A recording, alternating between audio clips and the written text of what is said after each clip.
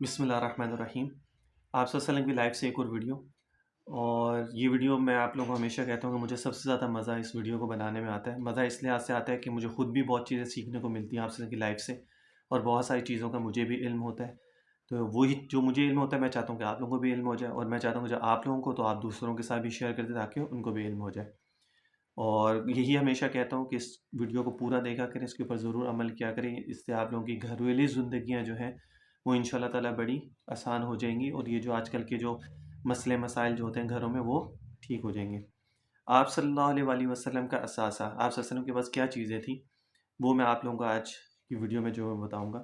آپ صلی اللہ علیہ وسلم کے پاس زرہ، کمانے، تیر، نیزے اور ڈھال بھی تھے، یعنی جو بھی فوج کا سامان ہوتا ہے وہ سب چیزیں آپ صلی اللہ علیہ وسلم کے پاس تھیں۔ آپ کے پاس 3 جبے تھے، جبہ جو بڑا سا نہیں ہوتا جو بادشاہ وغیرہ پہنتے اس طرح کے وہ تھے، جن کو جہاد کے موقع پہ استعمال کرتے تھے۔ وہ ایک مخصوص تھا جو مخصوص دنوں کے لیے استعمال ہوتے تھے۔ آپ کے پاس ایک عصا تھا، یعنی لکڑی تھی، لاٹھی جس کو ہم کہتے ہیں، اسے لے کر آپ چلتے تھے، اور اسی کے سہارے آپ جو ہے سواری کے اوپر بھی سوار ہوتے تھے، اور اسے اپنے اونٹ پر لٹکا دیتے تھے، یعنی جب بیٹھ جاتے تھے اسی کو اپنے اونٹ پر لٹکا بھی دیا کرتے تھے۔ آپ کے پاس ایک لکڑی کا پیالہ بھی تھا، ٹھیک ہے، جس میں کنڈے لگے ہوئے تھے، یعنی جو پکڑنے کے لیے ہوتا ہے نا وہ تھا، اور ایک شیشے کا پیالہ بھی تھا، اور ایک ایسا پیالہ بھی تھا جو آپ نے چارپائی کے نیچے رکھتے تھے کہ کبھی آپ کو حاجت ہوتی تھی تو آپ سے اس کو استعمال کرتے تھے، ٹھیک ہے۔ یہ میں نے کل یا پرسوں کی 2 دن پہلے کی جو ویڈیو تھی اس میں بھی میں نے بتایا تھا آپ کو۔ آپ صلی اللہ علیہ وسلم کے پاس ایک مشکیزہ تھا جس کے اندر پانی وغیرہ بھرا جاتا ہے، اور ایک پتھر کا برتن بھی تھا، ٹھیک ہے، کہ جس سے آپ وضو فرماتے تھے، نیز کپڑے دھونے کا برتن اور ایک ہاتھ دھونے کا بڑا برتن بھی تھا۔ اب اس میں گنتے جائیں کہ آپ صلی اللہ علیہ وسلم کے پاس کتنی دولت تھی، جو آج ہم سارے جو ہیں آج آدھی سے زیادہ دنیا کیا بلکہ 100 میں سے 90% لوگ بس یہی ہے کہ ہم کسی طرح مال کما لیں اور سب سے زیادہ امیر ہم ہو جائیں بس۔ تیل کی ایک شیشی تھی، آئل کی ایک شیشی تھی چھوٹی، ایک تھیلا تھا جس میں آئینہ اور کنگھی رکھی رہتی تھی، یعنی جس میں آپ کا کنگھا تھا اور شیشہ تھا اور آئل کی شیشی، یہ سب چیزیں اس میں ہوتی تھیں۔ آپ کی کنگھی ساگوان کی تھی، ساگوان ایک لکڑی ہوتی ہے نا اس کی تھی، اور ایک سرما دانی تھی، ٹھیک ہے، اور آپ نے اس کی اچھا کہ جب آپ رات کو سوتے تو ہر آنکھ میں سرما عصمت کی 3 سلائیاں ڈالتے۔ عصمت سرما ایک اعلیٰ قسم کا، سب سے اعلیٰ قسم جو ہے وہ سرمد سرما ہوتا ہے، ٹھیک ہے، سرما اس کے اندر۔ تو آپ صلی اللہ علیہ وسلم جو ہے وہ 3 سلائیاں سیدھی آنکھ میں، 3 سلائیاں الٹی آنکھ میں، یا بعض دفعہ 3 سلائیاں سیدھی آنکھ میں اور 2 سلائیاں جو ہیں وہ الٹی آنکھ میں، بعض دفعہ 2 بھی ڈالتے تھے آپ۔ اور آپ نے اس کی بہت تعریف اور لگانے کی تاکید فرمائی ہے۔ سرمد سرما جو ہے آپ نے اس کی تعریف بھی کی ہے اور اس کو لگانے کی تاکید بھی کی ہے، اور یہ میں نے اس کے لیے بھی بتایا جس کو وائٹ موتیا ہو جائے نا تو اس کے اوپر سات مبین کے ساتھ سورۃ یاسین پڑھ کے اس کے اوپر دم کر کے وہ سلائیاں لگائی جائیں تو اس سے وائٹ موتیا جو ہے وہ انشاءاللہ تعالیٰ ٹھیک ہو جاتا ہے اس سے۔ آپ کے پاس ایک آئینہ بھی تھا، نیز آپ کے تھیلے میں 2 کینچیاں اور مسواک رہتی تھی۔ یہ ساری وہ ضرورت کی چیزیں ہیں، آئل کی شیشی، سرما، کنگھی، ٹھیک ہے، کینچی، بس مسواک، جو عام ضرورت کی چیزیں، بس اس سے زیادہ کچھ نہیں تھا۔ اس کے علاوہ آپ کے پاس ایک بہت بڑا پیالہ تھا جس کے 4 کنڈے تھے، اور 4 آدمی اسے اٹھاتے تھے، اور ایک مد تھا، مد کہتے ہیں جگ کی طرح ایک برتن ہوتا ہے، جگ جس طرح ہوتا ہے اسی طرح کی شیپ ہوتی ہے، آپ اس کو اگر سرچ کریں گوگل میں تو آپ کو پتہ چل جائے گا۔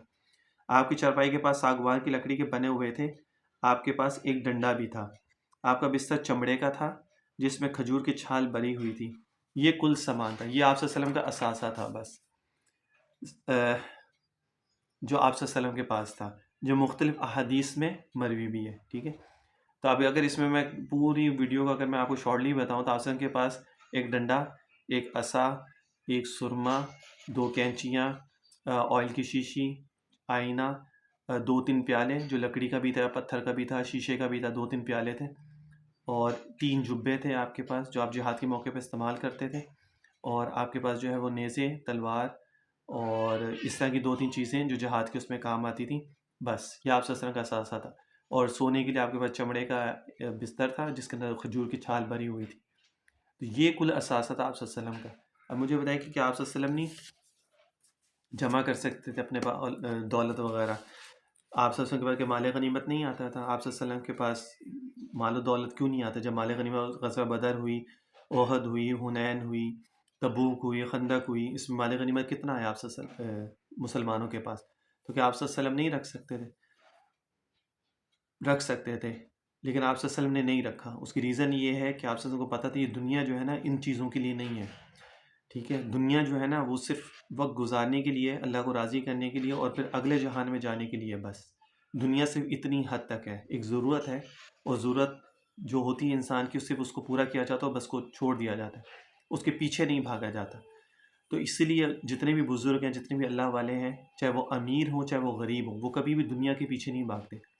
دنیا کی ایک فطرت ہے، جب آپ دنیا کے پیچھے بھاگتے تو دنیا آپ سے دور بھاگتی ہے، جب آپ دنیا کے پیچھے نہیں بھاگتے تو دنیا پھر آپ کے پیچھے آتی ہے۔ یہی طرز عمل جو ہے نا اللہ والوں کا ہے، کہ جب آپ دنیا کے پیچھے نہیں بھاگتے، وہ اللہ کے پیچھے بھاگتے ہیں، تو اللہ تعالیٰ نے جو اللہ کے پیچھے بھاگتا ہے، اللہ نے ان لوگوں کے پیچھے دنیا کو بھگا دیا۔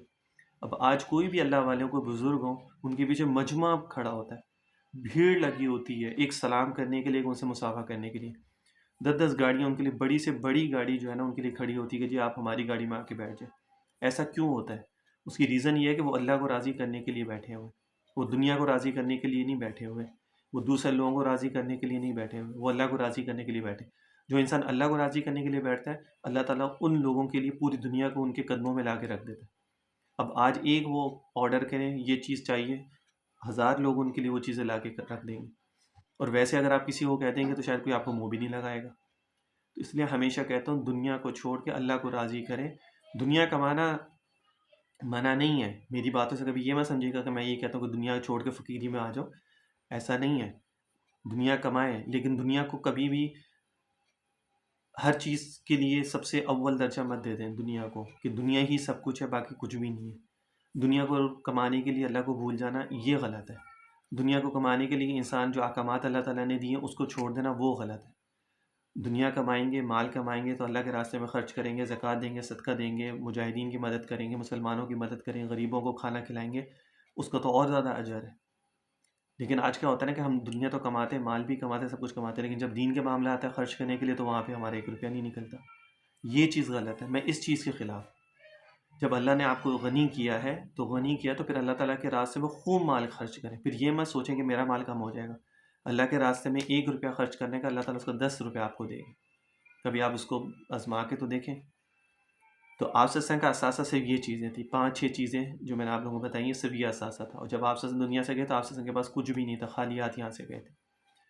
تو اسی لیے وجہ سے کہ جتنے بھی یہ بزرگ ہوتے ہیں، یہ جہاں آپ اپنی خانقاہوں میں ہوتے ہیں یا اپنی مسجدوں میں ہوتے ہیں یا مدرسے میں ہوتے ہیں، جو اللہ والے، جو صحیح اللہ والے ہوتے ہیں، اللہ والے کبھی بھی اپنے آپ کو شو نہیں کرتے، یہ بات ہمیشہ یاد رکھیے گا۔ اللہ والے ہمیشہ چھپ کے رہتے ہیں، لوگ ان کو ڈھونڈتے ہیں، وہ کسی کے پیچھے پیچھے نہیں جاتے یا اپنے آپ کو شو نہیں کراتے کہ میں اللہ والا ہوں۔ جو منہ سے کہے گا وہ کیسا اللہ والا ہوا پھر؟ اللہ والا تو وہ ہوتا ہے کہ جس کو لوگ ڈھونڈیں، کہیں ہمیں کوئی مل جائے بس۔ تو یہ لوگ ہمیشہ ایک چھوٹی سی خانقاہوں میں آپ کو نظر آئیں گے، چھوٹے سے ایک کمرے میں نظر آئیں گے، وہیں بس ساری زندگی گزار دیں گے اور وہیں رہ کے اور سب کچھ بس، کیونکہ ان کو پتہ ہے کہ میرے نبی کا کیا تھا، میرے نبی کے پاس کیا تھا، اور ہم نے دنیا میں کیا کمانا ہے۔ کیونکہ جب انسان جاتا ہے اس کے پاس کچھ بھی نہیں بچتا، سب یہیں رہ جاتا ہے دنیا کا۔ یا تو آپ کے پاس مال ہو، آپ اس کو اللہ کے راستے میں خوب خرچ کر رہے ہو، مسجدیں بنا رہے ہو، مدرسے بنا رہے ہوں، یا کہیں پر بھی دین کا کام رہا وہاں پہ اس کو خرچ کر رہے ہوں، تو آپ کے لیے ایک صدقہ جاریہ چل رہا ہے، پھر تو اچھی بات ہے۔ لیکن جب یہاں پہ بھی خرچ نہیں ہو رہا، کہیں پر بھی خرچ نہیں ہو رہا، تو پھر وہ مال تو آپ کے لیے برائے خیر کے برائے عذاب بن جائے گا وہ تو پھر، کیونکہ 1 روپے کا جب تک انسان حساب نہیں دے گا جب تک وہ اس کا فیصلہ نہیں ہوگا۔ تو خیر کوشش کریں کہ اگر اللہ تعالیٰ آپ کو غنی کیا تو اللہ کے راستے میں خوب مال خرچ کریں، اور اگر نہیں کیا تو صبر کریں اور اللہ کو راضی کریں بس۔ دنیا کا زندگی کا پتہ نہیں کب ختم ہو جائے، اللہ کو راضی کر لیا تو سب مل جائے گا، اللہ کو راضی نہیں کیا تو کروڑوں اربوں روپے بھی ہوں گے تو کوئی فائدہ نہیں ہوگا اس کا۔ صلی اللہ علیہ وسلم تسلیما کثیرا کثیرا۔